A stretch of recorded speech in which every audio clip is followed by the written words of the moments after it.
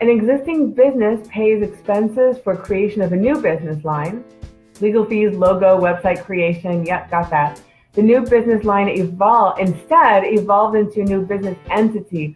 What's the best way to account for those costs? Run through the balance sheet as due from affiliate. Great question. So, couple of questions back. So it was originally going to be a new business line. If it evolved into a new business entity in the same tax year, in the same tax reporting year that it was originally deemed to be part of the department, then you can do one of two things. And it kind of, okay, what? Same tax year, great, it's less complicated. Yes, right answer. Good, so it's in the same tax year, that means less complicated.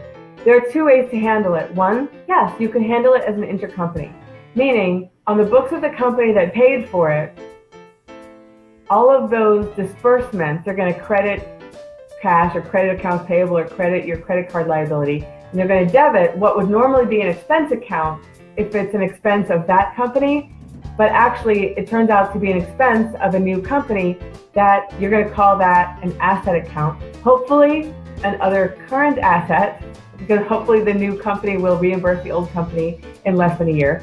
But if you think it's going to be a long time until the new company reimburses the old company, then call it an other asset and it'll be intercompany account. Another way to handle that is to have those expenditures be a distribution to the owners, and then that money be a capital contribution by the owners to the new company. I like that, Michelle. We can always hope. Yeah, for the less than a year, I take it. Yep.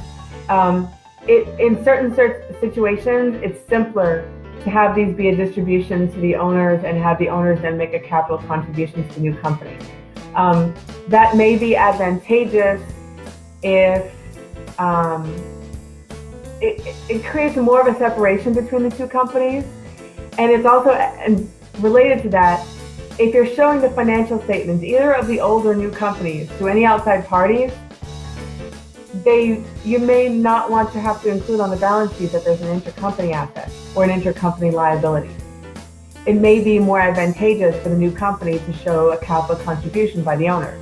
But you have to be careful because it kind of depends on the structure of the old company. If it's an S corporation, for example, and if the owners are not yet getting what the IRS calls reasonable compensation, a distribution can cause a financial issue if they're ever audited. So you might have to do a little research on that. And a follow-up question, is the distribution to owner a better way to account if it spans more than one tax year? Yeah, I would do that. If it's so if it was originally deemed to be part of the internal department, but then by the time they decide, wow, this is going to be a new company, let me just think about that for a second. I'm inclined to say that it's better to actually expense it on the books of the old company. At the time, they thought that it was going to be part of that. And that's what my information is telling me. You know, I'm also thinking about startup costs and what's deductible versus what you might need to capitalize. I'm thinking that it actually might be expense, but you have to look at the situation because it may be more advantageous to expense it on the books of the new company. Let's go back to the situation in which everything's in one tax year. You say, well, okay, fine, but if I can expense it, if it's straddling a tax year, what if it's in one tax year? Can I just choose which company it gets expensed to?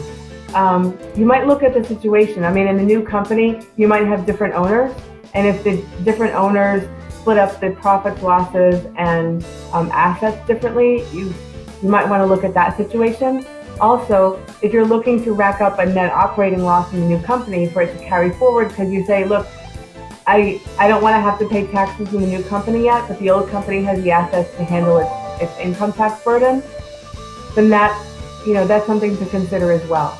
So it can be simpler to simply have it as an intercompany, but if you don't want to show the intercompany asset or liability, then it may be a lot cleaner to keep the companies as separate as possible and call it a distribution. But if we're straddling a tax year, how can a company have expenses that doesn't exist yet? You might just expense it on the books of the old entity until the new one gets started.